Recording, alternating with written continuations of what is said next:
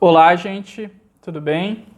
Aqui quem fala mais uma vez é o professor Caio, professor de matemática do nono ano B na EMEB Nazaré e também professor de matemática nos sextos anos A e B da EMEB Rosa Scavone. Esse vídeo está sendo gravado para tratar do conteúdo de Teorema de Pitágoras, que está lá no quinto banco no quinto banco de atividades de matemática do nono ano, ok? Antes de começar a falar da aula, antes de começar a nossa aula, eu queria dar um recado. O recado é: fique em casa, cumpra o isolamento social para que o mais breve possível a gente possa voltar à normalidade, ok? Então, dado esse recado, a gente pode começar a nossa aula sobre o Teorema de Pitágoras. Mas antes de falar exatamente do Teorema de Pitágoras, é importante que a gente entenda o que é um triângulo retângulo, tá bom? Vou subir aqui um pouco. O que é um triângulo retângulo, gente? É um triângulo, claro, né, que possui um ângulo reto. Como assim um ângulo reto? Um ângulo de 90 graus. O ângulo de 90 graus é aquele ângulo que a gente tem na abertura da letra L. Então pensa lá na letra L, vamos a letra L, né, em, digamos, letra de forma, tá? Olha a letra L aqui. Essa é a letra L, não é? Na letra L, a abertura da letra L é a abertura de um ângulo de 90 graus, tá bom? Que é também o ângulo que a parede faz com o chão, que é também o ângulo que o poste faz com o chão, enfim. O ângulo reto, ele costuma levantar as coisas, tá bom? Então, este ângulo que está presente na letra L é o ângulo de 90 graus. E o que é o triângulo retângulo? É um triângulo que tem exatamente um ângulo de 90 graus, tá bom? Então, por exemplo, esse triângulo aqui que eu desenhei é um triângulo retângulo porque ele tem um ângulo de 90. Olha a letra L aparecendo aqui, tá bom? Ok? Então, um triângulo retângulo é um triângulo que tem um ângulo de 90 graus, tá bom? Todo triângulo que tiver um ângulo de 90 graus, um ângulo reto, né, a gente chama de reto, vai ser um triângulo retângulo. Tem uma coisa especial, né? Os lados do triângulo retângulo recebem nomes especiais, tá bom? Toda vez que a gente tiver um triângulo retângulo, os lados vão ter nomes especiais. Como? Os lados que formam o ângulo reto, eles sempre vão ser chamados de catetos, tá bom? Então, por exemplo, aqui no meu desenho, este lado e este lado, né, este lado e este lado, eles são os lados que estão formando o ângulo reto, tá bom? Eles são os lados que estão formando esse ângulo de 90, que estão formando a letra L aqui. Esses lados que formam o ângulo de 90 graus, eles recebem o nome de cateto, tá bom? Esse aqui, como eles são catetos diferentes, né? Um eu vou chamar de cateto 1 e o outro eu vou chamar de cateto 2. A ordem não me importa. A única coisa que me importa, que vocês têm que saber, é que o nome dos lados que formam o ângulo reto são catetos, tá? O nome de cada um deles é cateto, tá bom? Quem é um, quem é o 2, tanto faz. Ok? E o lado que se opõe ao ângulo reto, que não forma o ângulo reto, não participa da formação do ângulo reto, que está oposto ao ângulo reto, é chamado de hipotenusa. Olha aqui, ó. E o lado que se opõe ao ângulo reto é chamado de hipotenusa. Tá bom? Então, para fixar as ideias, o que é um triângulo retângulo? Um triângulo que tem um ângulo de 90 graus, tá? Que é o ângulo lado L. Tá bom? Os lados que formam esse ângulo de 90 no triângulo retângulo são chamados de catetos, tá bom? E o lado que se opõe ao ângulo reto é chamado de hipotenusa, beleza? E aí, uma vez que a gente sabe o que é um triângulo retângulo e os nomes, né, dos lados, a gente pode falar do Teorema de Pitágoras, tá bom? Deixa eu tentar enquadrar ele aqui numa posição boa. Acho que agora ficou legal. O que é o Teorema de Pitágoras? O Teorema de Pitágoras é uma relação entre os lados do triângulo retângulo, tá bom? Então, o Teorema de Pitágoras ele só vale em triângulos retângulos, tá bom? Para outros triângulos não vale o teorema de Pitágoras, só vale em triângulo retângulo. Então, o que o teorema de Pitágoras diz? Diz que em todo triângulo retângulo vale a seguinte relação entre os lados. O comprimento da hipotenusa, que eu abreviei por IP aqui, o comprimento da hipotenusa elevado ao quadrado é igual ao comprimento de um dos catetos elevado ao quadrado mais o comprimento do outro cateto elevado ao quadrado. O teorema de Pitágoras é essa relação entre os lados, ok? É essa igualdade. O comprimento da hipotenusa ao quadrado é sempre igual ao comprimento de um cateto ao quadrado mais o comprimento do outro cateto ao quadrado. Hipotenusa ao quadrado igual a cateto ao quadrado mais cateto ao quadrado. Tá bom? Isso é o teorema de Pitágoras, é essa relação entre os lados. O quadrado da hipotenusa, a hipotenusa ao quadrado, sempre vai ser um cateto ao quadrado mais o outro cateto ao quadrado. Tá? Em todo triângulo retângulo vale isso. E o nome dessa igualdade é teorema de Pitágoras, que é uma das mais importantes relações que a gente tem na matemática. Tá bom? Bom, dito isso, a gente pode começar a resolver os nossos exemplos. Tá bom? E como são esses exemplos? Bom, os exemplos falam assim.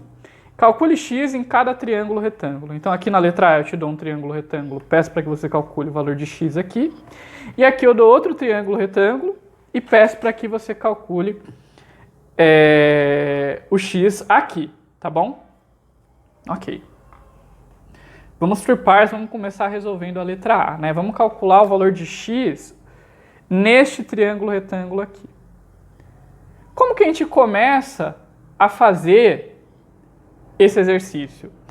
Para começar a resolver um exercício desse, né, de teorema de Pitágoras, de calcular lado de triângulo, a gente tem que começar identificando cada um dos lados. Então, por exemplo, aqui o 3 e o 4, eles são os catetos porque eles estão formando o ângulo reto.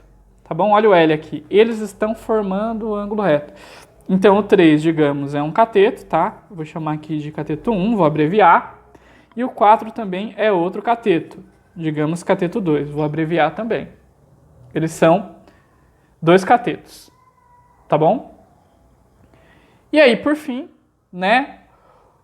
O x aqui é a minha hipotenusa. Tudo bem? O x é a minha hipotenusa. Por quê? Porque ele é o lado que está oposto ao ângulo reto, não está formando o ângulo reto. Então, x é a hipotenusa.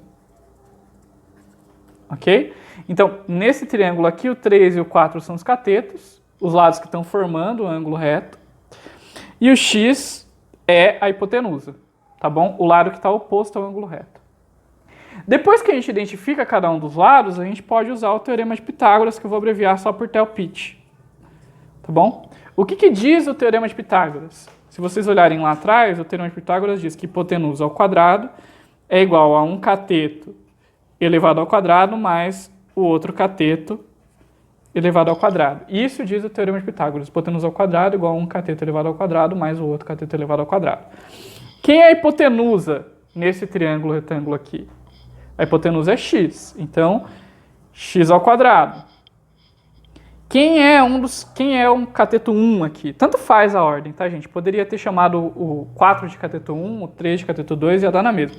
Enfim, mas o cateto 1 aqui fica 3 ao quadrado. Mais o cateto 2 aqui fica 4 ao quadrado, tá? Que é sempre o cateto ao quadrado, e hipotenusa ao quadrado também, tá bom? Então, cateto 1 ao quadrado, 3 ao quadrado, cateto 2 ao quadrado, 4 ao quadrado, tá? Então, o que eu fiz? Eu usei o teorema de Pitágoras e troquei cada um pelo seu valor. A hipotenusa era x, os catetos eram 3 e 4, tá bom? Agora, eu calculo as potências, né? Quanto que é 3 ao quadrado? É 9. Mais, quanto é 4 ao quadrado? 16. Aí depois, eu somo essas potências. 9 mais 16 dá 25. E aí agora, eu quero descobrir o x, né? E não o x ao quadrado. Então, eu tenho que fazer aquele processo da operação inversa, de deixar o x sozinho de um lado. Como que eu faço para deixar o x sozinho de um lado? Qual que é a operação inversa de elevar ao quadrado? A operação inversa de elevar ao quadrado é extrair a raiz quadrada. Então, aqui fica x igual a raiz quadrada de 25. Para tirar o quadrado do x, eu extraio a raiz quadrada. Só que, enfim, essa raiz quadrada eu posso pegar tanto o valor positivo quanto o valor negativo. Porque existem dois números que elevados ao quadrado dão 25. Tanto 5 como o menos 5. 5 vezes 5 dá 25 e menos 5 vezes menos 5. Menos com menos vai dar mais. 5 vezes 5, 25. Então, qualquer uma das duas respostas me servem. Mas isso pensando nas equações, porque pensando em lado de triângulo, não faz sentido eu falar que o lado do triângulo é negativo. Tá bom? Então, isso aqui é só pensando em equações. Na prática, a gente não precisa colocar esse menos. É só eu calcular a raiz quadrada positiva. Então, é só eu pegar o valor positivo aqui. Quanto que é a raiz quadrada de 25? É 5. Então, o x aqui, o valor de x é 5, tudo bem? Eu não preciso me preocupar com o valor negativo, porque não existe lado de triângulo que é negativo, tá bom? Isso não faz sentido, beleza? Então, não precisa, na verdade, desse mais ou menos. É só se a gente estivesse resolvendo mesmo uma equação. Se tivesse uma equação sem qualquer contexto de geometria, aí a resposta seria mais 5 e menos 5. Como é uma equação que tem um sentido de geometria de lado de triângulo, então só vale a resposta positiva, tá bom? Além disso, gente, para continuar a nossa aula, agora vamos resolver o B, né, o item B aqui. E nesse item B, da mesma maneira que no item A, vamos começar resolvendo descobrindo quem são, identificando cada lado do triângulo, né? Então aqui, quem que forma o ângulo reto? É o x e o 8. Eles estão formando o ângulo de 90 graus, olha aqui, ó. Eles estão formando o L. Então, o x é um cateto, tá? E o 8 é outro cateto. Digamos que o 8 é o cateto 1 e digamos que o x é o cateto 2, tá bom? Além disso, né? A hipotenusa aqui nesse caso é o 17, é o lado que está se opondo ao ângulo reto. Então, 17 aqui no caso é a hipotenusa, sempre abreviando aqui. Então, nesse triângulo retângulo, 17 é a hipotenusa, 8 e x são os catetos. Beleza? Então, agora que a gente identificou cada um dos lados, aí a gente pode usar o teorema de Pitágoras, que eu vou abreviar aqui por Tel-Pitt, tá bom? O que o teorema de Pitágoras diz? Ele diz que se eu pegar o comprimento da hipotenusa e elevar ao quadrado, isso é a mesma coisa que pegar um dos catetos e elevar ao quadrado, mais o outro cateto elevado ao quadrado também. Hipotenusa ao quadrado é igual a um cateto ao quadrado mais o outro cateto ao quadrado. Tá bom? Aí eu vou trocar cada uma das coisas pelos seus valores. A hipotenusa vale 17, então vai ficar 17 ao quadrado. Igual a 1 cateto ao quadrado, 8 ao quadrado, chamei o cateto 1 de 8, digamos. Não importa a ordem. E o cateto 2, eu vou chamar de x, né? É o x aqui, o cateto 2. Então, x ao quadrado. Depois eu calculo as potências. 17 ao quadrado é 17 vezes 17. Vamos fazer aqui do lado rapidinho. Vou até usar outra caneta. 17 vezes 17. 7 vezes 7 dá 49, sobe 4. 7 vezes 1, 7. Com 4, 11. E aí aqui fica 1 vezes 7, 7. 1 vezes 1, 1. Então fica 9, 8, 2. 289. Tá bom? Então, 17 ao quadrado dá 289. 8 ao quadrado dá 64. E aí eu coloquei aqui, ó. 17 ao quadrado, 289. 8 ao quadrado, 64. Agora está um pouco mais difícil que no anterior, né? Porque o x não apareceu isolado. O x quadrado não apareceu isolado para eu só extrair a raiz quadrada. O que eu vou fazer nesse caso? Primeiro eu vou tirar esse 64 daqui para deixar o x sozinho. Lembra que para resolver a equação a gente sempre deixa o x sozinho. Então eu vou tirar o 64 daí. Ele está positivo, ele está somando, ele vai para lá subtraindo. Então vai ficar 289 menos 64 e aí sim o x fica sozinho, igual a x ao quadrado. Vamos fazer a subtração. 289 menos 64 dá 225. Isso é igual a x ao quadrado. E aí, para finalizar, agora sim, para eu tirar o quadrado do x, é só eu fazer a operação inversa, que é extrair a raiz quadrada. Nem vou colocar o mais ou menos aqui. Então, o x é a raiz quadrada de 225. Se vocês pensarem um pouquinho, a raiz quadrada de 225 é 15. Então, o x aqui no caso é 15, ok? Então é isso, gente. Eu espero que vocês tenham entendido. Tá bom? Qualquer dúvida podem me procurar lá no WhatsApp, que eu tiro, enfim, quaisquer dúvidas que possam ter aparecido. É isso, gente. Até a próxima aula. Tchau, tchau.